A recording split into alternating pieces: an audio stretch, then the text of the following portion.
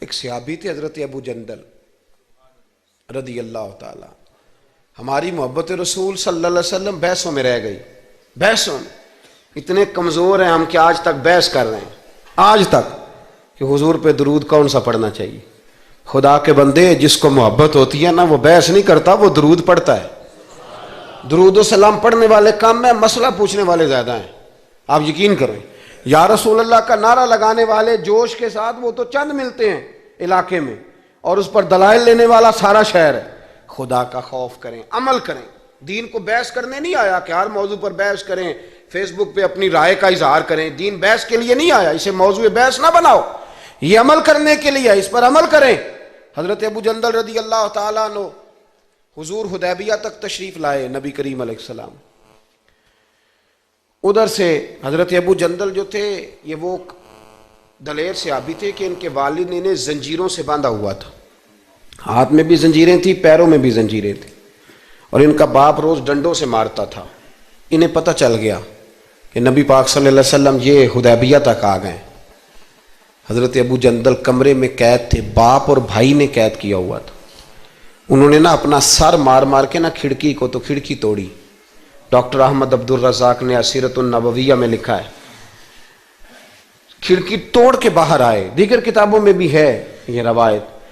باہر آئے نا جب, تو حضرت مولا علی شیر خدا فرماتے ہیں ہم نے نا حدیبیہ کی شرائط لکھ لی تھی. ان شرائط میں ایک شرط یہ تھی کہ مکے سے جو شخص آئے گا حضور ساتھ نہیں لے جائیں گے, اور وہاں بھی جائے گا تو پناہ نہیں دیں گے, اور اگر مدینے کا کو وہاں چلا گیا تو وہ واپس نہیں کریں گے. اس وقت تو یہ شرط بڑی کمزور لگتی تھی, پر سب سے زیادہ فائدہ اسی شرط نے اسلام کو عطا فرمایا.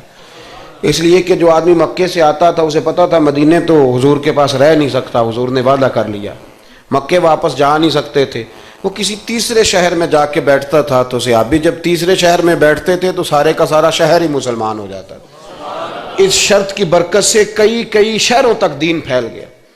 حضرت ابو جندل قید تھے, ان کے والد نے بھائی نے قید کیا ہوا تھا. یہ کھڑکی توڑ کر کے آئے. میرے دوستو جب حدیبیہ میں پہنچے تو حضرت علی کہتے ہیں جس رستے سے یہ چل کے آئے تھے, چونکہ پیروں میں زنجیریں تھیں, تو جہاں سے چل کے آ رہے تھے خون بہتا آ رہا تھا, خون بہتا آ رہا تھا. فرماتے ہیں آ کے حضور کے سامنے کھڑے ہوئے تو بڑے درد سے روئے, بڑے درد سے. یا رسول اللہ مجھے چھوڑ کے نہ جائیے گا, میرا باپ ڈنڈوں سے مارتا ہے. تو مجھے بتا, باپ کبھی ایسے چھوڑ کے چلا جائے اور مرشد چھوڑ کے چلا جائے تو کچھ چیز باقی رہتی ہے, لیکن عشق جب سچا ہوتا ہے تو میں شروع میں کہہ چکا, پھر محبوب پہ غصہ نہیں آتا, پھر کوئی بات ایسی نہیں ہوتی جو دل میں رہ جائے.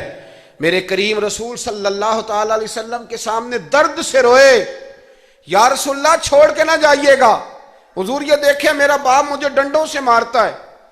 حضرت علی کہتے ہیں کہ چونکہ معاہدہ طے ہو گیا تھا, ابھی دستخط نہیں ہوئے تھے, ہمارا دل کر رہا تھا کہ حضور اجازت دیں تو ہم ان کافروں کے پرخچے بکھیر دیں, اتنا بھی کوئی ظلم کرتا ہے. لیکن کہتے ہیں حضور اٹھے, حضرت ابو جندل کا سر محبوب نے اپنے کندھے پہ رکھا.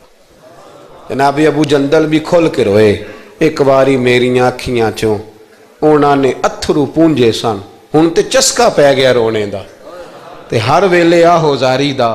کہتے ہیں کھل کے روئے حضرت ابو جندل کہ حضور مجھے چھوڑ کے نہ جائیے گا. جب وہ رو رہے تھے تو ابو سفیان اٹھے, کہا آپ نے وعدہ کر لیا, لے جا نہیں سکتے. ایک صحابی نے کہا بھی تو دستخط نہیں ہوئے, کہا نہیں پھر ہم توڑتے ہیں معاہدہ. سننا بات, غور کرنا, عقل کہاں تک انسان کو پریشان کرتی ہے, اور محبت اسے کتنا سلیقہ سکھاتی ہے, کتنی اطاعت اور اتباع سکھاتی ہے. نبی کریم علیہ السلام نے نا حضرت ابو جندل کو تسلی دی, اور پھر حضور نے تھپکی دے کے نہ کندھے پہ فرمایا تیرا تھوڑا سا امتحان رہ گیا ہے. دل پہ ہاتھ رکھ کے بتانا کام بڑا مشکل ہے, تیرا تھوڑا سا امتحان رہ گیا ہے. جناب ابو جندل کو یہ کہہ کہ حضور نے رخ انور پھیرا تو ان کے والد نے گریبان سے پکڑا, کھینچ کے لے گئے, اور کہنے لگے ان کے ساتھ تم معاذ اللہ جانا چاہتا تھا جو تجھے لے کے نہیں گئے, ان کے ساتھ. جناب ابو جندل نے باپ کا ہاتھ جھٹکا, اٹھ کے کھڑے ہوئے, کہنے لگے زیادہ باتیں نہ کر, میرا تو ایمان پہلے سے زیادہ مضبوط ہو گیا ہے کہ میرا رسول وعدوں کا پکا ہے, میرا تو ایمان پہلے سے مضبوط ہو گیا. اور کیا شاندار لفظ لکھے ہیں ڈاکٹر صاحب نے.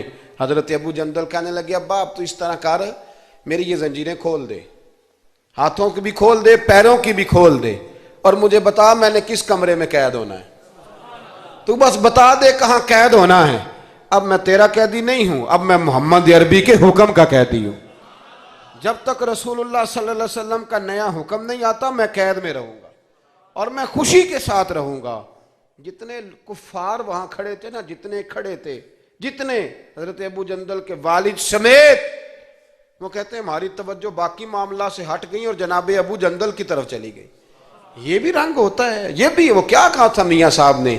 میاں صاحب فرمانے لگے کچا رنگ للاری والا جیڑا چڑھ دا لیندا رہندا، اے عشق تیرے دا رنگ محمد چڑھ جائے پھر نہیں لیندا۔ یہ پکا رنگ ہوتا ہے۔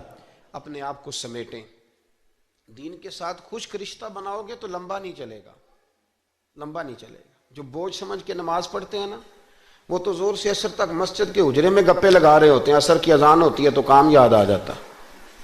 یہ بہت بڑی سزا ہے۔ ساری زندگی انسان باقی سارے کام دلچسپی سے کرے اور نماز اس پر بوجھ رہے تو اسے توبہ کرنی چاہیے کہ کہاں کوئی ایسی کوتاہی ہے جس کی وجہ سے یہ سارا کچھ ہے۔ میرے بھائی، جب محبت ہوتی ہے پھر سجدے بھی طویل ہوتے ہیں، جب محبت ہوتی ہے پھر قرآن پاک کی تلاوت کی بھی کثرت ہوتی ہے، جب محبت ہوتی ہے سارے کام آسان ہو جاتے ہیں۔ حضور سے محبت کریں۔ وہ کیسے پیدا ہوگی؟ درود و سلام زیادہ پڑھا کریں، حضور کی نعتیں زیادہ سنا کریں۔ اور نعت کے لیے محفل ضروری نہیں ہوتی، اب تو ٹیپ ریکارڈر پہ بھی نعت مل جاتی ہے۔ رات کو کوشش کریں نعت سن کے سویا کریں، نعت سن کے۔ مجھے ایک سنگی نے کہا ایک دفعہ کہ محبت رسول بچوں میں پیدا کرنی ہو تو کیا طریقہ ہے؟ تو میں نے کہا میں نے تو ایک بزرگ کو دیکھا ہے، میرا خیال ہے اس طرح محبت پیدا ہو ہی جاتی ہے۔ ایک ہے میں تقریر کر رہا ہوں محبت رسول پہ، تو یہ تو کئی دفعہ رٹے رٹائے جملے بھی ہو سکتے ہیں۔ ایک ہے میرے بچوں میں جب محبت رسول پیدا ہوگی تو وہ میرا عمل دیکھیں گے، اس سے محبت کریں گے۔ ایک بزرگ گھر میں لیٹیں، اچانک رونے لگے، بیوی جاگی، بچوں کو جگایا، پتہ کرو۔ بچے کہنے لگے اماں آپ پوچھیں۔ پوچھ کے باہر آئی کمرے سے، اماں ابا کو کیا ہے؟ کہ تمہارے والی بات نہیں، اتنا زور زور سے کیوں رو رہے ہیں؟ کوئی حکیم طبیب کا معاملہ ہے، ڈاکٹر کا، تو بلاتے ہیں۔ کہ بیٹا تمہارے والی بات۔ کہ اماں بتائیں تو صحیح ماجرا کیا ہے؟ کہ بیٹا کچھ بھی نہیں، تمہارے ابا کو مدینہ یاد آتا ہے، رسول اللہ کا شہر یاد آتا ہے، اس درد سے رو رہے ہیں۔ بتاؤ بچوں میں محبت رسول پیدا ہوگی کہ نہیں ہوگی؟ وہ تڑپ آئے گی کہ نہیں آئے گی؟ وہ سمجھیں گے نا اس بات کو کہ یہ بھی ایک دکھ ہے، یہ بھی ایک تکلیف ہے۔ لیکن اگر ابا صرف اسی لیے روئے کہ 10 لاکھ ڈوب گیا ہے، صرف اسی لیے روئے کہ وہ سامنے والا پلاٹ نہیں مل رہا، تو پھر بچوں میں محبت نہیں پیدا ہوتی، لالچ ہی پیدا ہوتا ہے۔ عمل ہمارا، کردار، کچھ تو آنسو ایسے ہوں جو ہم نے نبی پاک کے لیے سنبھال کے رکھے ہوں، جو مدینہ شریف جا کے بہانے ہوں، محفوظ کر کے رکھے ہوں۔